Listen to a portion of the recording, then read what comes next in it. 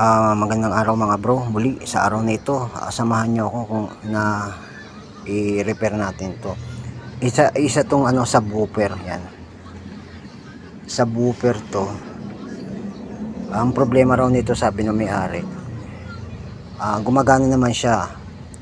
Na ibig sabihin gumagana, napapatugtog naman nila, kaso ang problema, minsan humuhugong. Minsan para daw may nagpiprito. Pero gumagana naman siya. Napagawa na nila to nung January 2024. May gumawa na nito. Makikita nyo naman sa history niya yan, oh. May mga pinaghinangan na yan. Katulad nito, parang na yung kanyang pinaka-flex ng niya, oh, sa board, medyo na.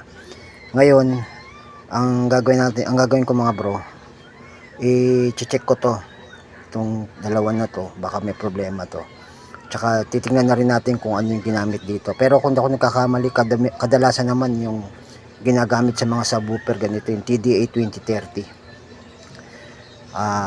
I-check natin to mga bro, itong dalawa na to. Tsaka yung kanyang yung kanyang mga dugsungan, yung connection niya baka naglulus kaya ganun tumutunog. Babaklasin ko muna to mga bro. Ito na mga bro, na tanggal ko na siya dun sa kaha. Ibali ito na siya. Yan. Ibali yung kanyang IC na ginamit dito. Yan, TDA 2030A. Pare-parehas yan mga bro. Ito isa malabo lang, pero pare-parehas lang yan. TDA mga ginamit dyan. Ngayon ang ginawa ko mga bro, pinalitan ko na lang siya. Ibali ito, chinik ko tong mga na to, kasi ito nasunog tsaka to halos natanggal na yung kanyang mga yan yung kanyang yung line nya na noong gumawa. Ngayon ang ginawa ko, inaayos ko na lang yung pagkakahinang. Tapos yung dalawa na to, di bali 4 na ang pinalit ko. Nagpalit na ako ng 4 na IC para sigurado. Yan. Ngayon ang gagawin ko ngayon mga bro, ibabalik natin to dun sa niya. Ibabalik natin yung mga connection niya. Tapos i-testing natin kung hindi na siya uugong. Check natin ulit. Di bali chinek ko yung mga IC nito, okay naman yung mga IC na dating nakalagay rito Pero ang ginawa ko, pinalitan ko na lahat para sure tayo. Siguro ibabalik ko muna dun sa natin ulit yung connection niya mga bro. Ito na mga bro, ibinalik ko na dun sa kaha niya. Ngayon, tinesting ko na sa kasamaang palad mga bro. Pag plug in ko, ganun pa rin, meron pa rin siyang hugong. Hindi pa rin nawala yung hugong niya. Kaya nag-ano na tayo na ang problema rito ay yung kanyang capacitor. Yung capacitor niya. Itong capacitor niya na to. Di bali bago na to mga bro. Ito yung kanyang dating nakalagay dyan. 3,300 microfarad, 25 volts, parehas yan. Ito yung may problema. May problema to. Yung isa, ito okay pa to. Pero ang ginawa ko, pinalitan ko na ng gamit na rin to, pero mas matibay to, galing to dun sa isang amplifier. Yan. Tapos iti-testing na lang natin mga bro, iaayos ko lang. Iti-testing lang natin kung ayusin ko lang to. Ipoforma natin, titingnan natin kung may hugong pa siya. Tingnan natin kung huhugong pa. Ito na mga bro, di bali Naglagay na ako ng ano, yung maliit na speaker, yung surround niya dito sa output para ma-testing natin. Di bali, ipa-plug in muna natin. Yan. Tapos i-on natin siya. Yan mga bro. Medyo okay na siya. Patayin ko lang mga bro, baka tayo makapiright eh. Yan. Pero gumagana na siya. Ibig sabihin ang salary niya yung ano, yung kanyang filter capacitor. Hindi ko na pinatugtog eh. Mamaya papatugtugin ko na lang, iseset ko na lang uli kasi baka tayo makapiright, mahirap na. Pero yun lang yung ating ginawa. Ipoporma ko lang siya mga bro. Ibig sabihin iaayos ko na lang to. Tapos saka natin patutugtugin uli. Okay mga bro, di bali balik ulit tayo. Kanina yung sabi ko sa inyo, i-set ko na lang siya, ilalagay ko na lang siya dito sa, ibig sabihin tataklob ko na lang. Tinesting ko muna ng mga 3 minutes mga bro, di bali ano, may konti pa rin siyang ano, ugong, may humming pa rin siya.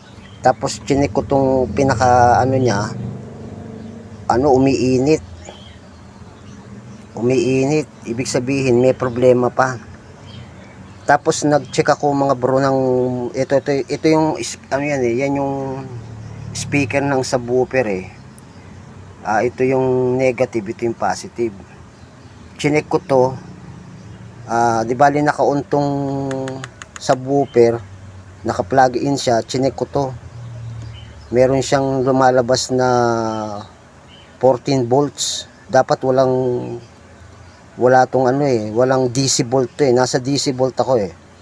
Meron siyang DC volt na lumalabas, dapat wala siyang DC volt. Baka pinatay ko pinatay ko yung ano kasi pwede niyang sirain yung ano eh, yung ating woofer. Tapos nag-check ako. Yan, chinek ko to. Kung mapapansin nyo mga bro, itong ating yan, dito nang galing yan eh. Yan, dyan. Kasi ito yung good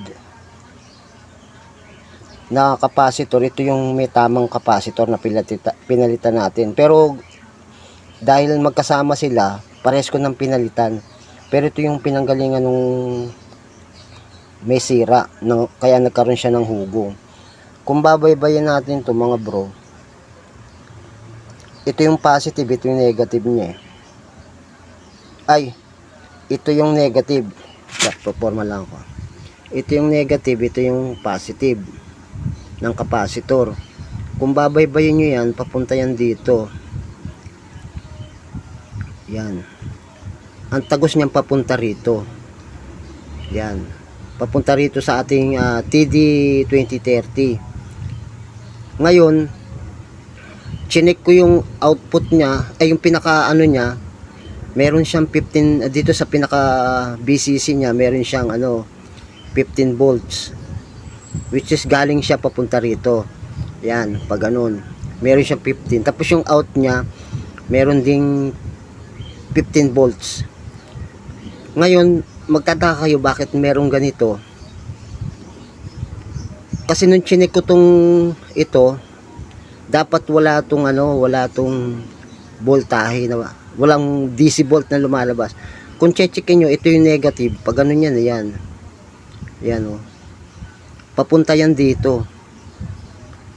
Nung chinek ko tong ano, ito dapat, ito sa paa na to, kasi ang paa nung ating TD20, ano yan, ito yung 1, 2, 3, 4, 5. Yung 5 kasi ang BCC. Yan. Ito ground. Tapos itong ano, dapat wala itong lalabas. Kasi naputol na siya. Nagkaroon na rin ng problema na nasunog din siya. Kaya nagkaganito yung kanyang mga line. Dapat walang voltaheng pumapasok dito. Lalabas, papunta rito. May voltahe rito, pero walang lalabas dapat dito. Nung chinek ko to, may lumalabas dito na 15 volts na kung saan papunta rito. Tapos chinik ko to, pare-parehas yan mga bro. 15k ang nakalagay dito, 15k. Tapos kung titingnan nyo dito, ito yung ano niya eh, ano, 1, 2, 3, 4, 5. Ay, ito pala, baliktad ako. 1, 2, 3, 4, 5. Dito, makikita nyo, 15 din. 15k din yan. Papunta doon, oh. Ayan. Tapos pagdating dito, meron din siyang 15k, yan. Yan naman ay papunta dun sa surround. Tapos dito, meron din 15k. Yan, papunta din yun, papunta dun sa surround. Chinek ko tong 15k na to, wala tong voltahe. Walang DC volt na po lumalabas dito. Chinek ko rin dito, walang DC volt na lumalabas. Yung papunta dun sa surround. Ngayon, chinek ko tong dito, wala siyang DC volt na lumalabas na papunta rito. Pero nung chinek ko to, may DC volt na lumalabas. Yan. Hindi ko sa inyo na napakita kasi ang hirap kasi walang tagahawak ng ating cellphone eh.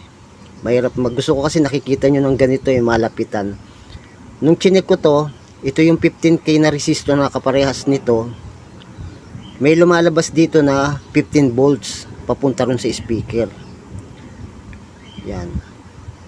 Ibig sabihin, yung resistor na nakalagay dito, may leak na siya. Ito yun mga bro, papakita ko sa inyo. Asan na ba yun? Yan. Yan yung maliit na yan. Yan yung maliit na yan. Yan. Malabo yung ating camera. Yan yung maliit na ano na yan. 15 yan eh. Ayan o. 153. 15k. Hindi ko lang sa inyo matest. Pero na-testing ko na siya. Lumalabas siya na mega na siya. Mega ohms. Kaya shorted na siya. Ngayon, nung pinalitan ko siya nito, nagpalit ako. Kumuha kasi wala naman akong ganong SMD resistor. Humanap na lang ako ng ganito. Inilagay ko 15 yan. Dito, dapat dito siya nakalagay. Kinunik ko na lang dito papunta ron. Ngayon, testing natin mga bro. Ipa-plug in ko lang. Teka, malabo yung ating camera. Yan. Ipa-plug in ko lang. Saan na ba yung ano nito? Hindi ko makita yung saksakan. Kaya meron pa rin, may humming pa rin siyang konti. Kung itinuloy ko yon, yung isinaksak, sigurado masisira yung woofer natin. Ngayon ipa-plug in ko siya. Nakalagay na ba yung connection? Yan, nandyan na. Yan, meron na siya. Ngayon i-on natin. Wala na siyang hugong oh. Papansin nyo, wala na siyang, kanina may hugong yan eh, nung ginagawa ko eh. Ngayon, pindutin natin tong source. Yan oh, mutugtog na siya oh. Kung naririnig nyo, kasi wala siyang ano eh, walang surround na speaker eh. Yan. Mutugnog na siya. Patayin ko lang mga bro, baka tayo makapirate kahit ngungu ang tunog niyan. Ngungu yan kasi ano, woofer lang gumagana, wala pa yung kanyang surround. Ngayon ang gagawin ko, isi-set up ko siya, i-cover ko na siya para mapakinggan natin kung okay. I-stop ko muna rito mga bro. Okay mga bro, tuloy na natin. Di bali, ito na nalagay ko yung surrounds niya. Yan. I-plug in natin. Hindi, kung mapatugtog man natin to mga bro, hindi ko na masyado patatagalin kasi baka tayo makapirate eh. Alam niyo naman si YouTube. Konting tugtog lang eh. Pang testing lang naman sana. Ano natin. Di bali pagka pinatugtog ko, mapatugtog lang ng konti. I-off ko lang siya kagad para hindi tayo makapirate. Ito na mga bro, ipa-plug in ko na siya. Yan. Naka-plug in na siya. Meron na siyang ano, dipindutin natin to, itong source. Yan o. Tarin nyo, umutugtog na siya. Okay na to, papatayin ko lang agad mga bro, baka tayo makapiright. Yan, gumagana na siya mga bro. Ite-testing ko na lang uli, pero okay na to. Di bali yun ang naging problema niya, yung kanyang resistor na 15K. Kaya nagkaroon ng supply na voltahe yung kanyang yung speaker ng woofer. Dahil nga doon nagkaroon ng leak. Pumapasok na, lumalabas na yung kanyang yung kanyang voltahe papunta doon sa speaker. Dapat wala sanang lalabas, pero nakakalabas na, nagkaroon ng leak, kaya nagkaganon. Di bali testingin ko na lang to, pero okay na to mga bro, gumagana na to, ayos na to.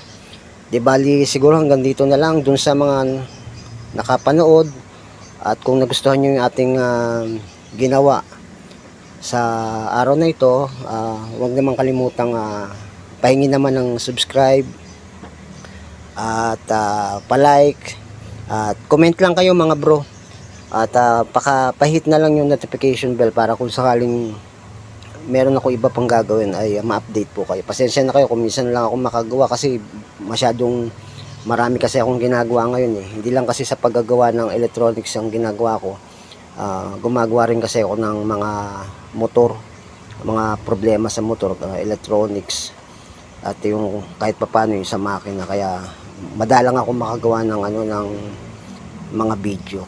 Pero hanggat maaari, kung may magagawa tayo, gagawa ako. Muli, maraming salamat po sa inyong panonood at pagtsatsaga. Pagpalain sana tayo ng ating Panginoon. Magandang araw po sa ating lahat.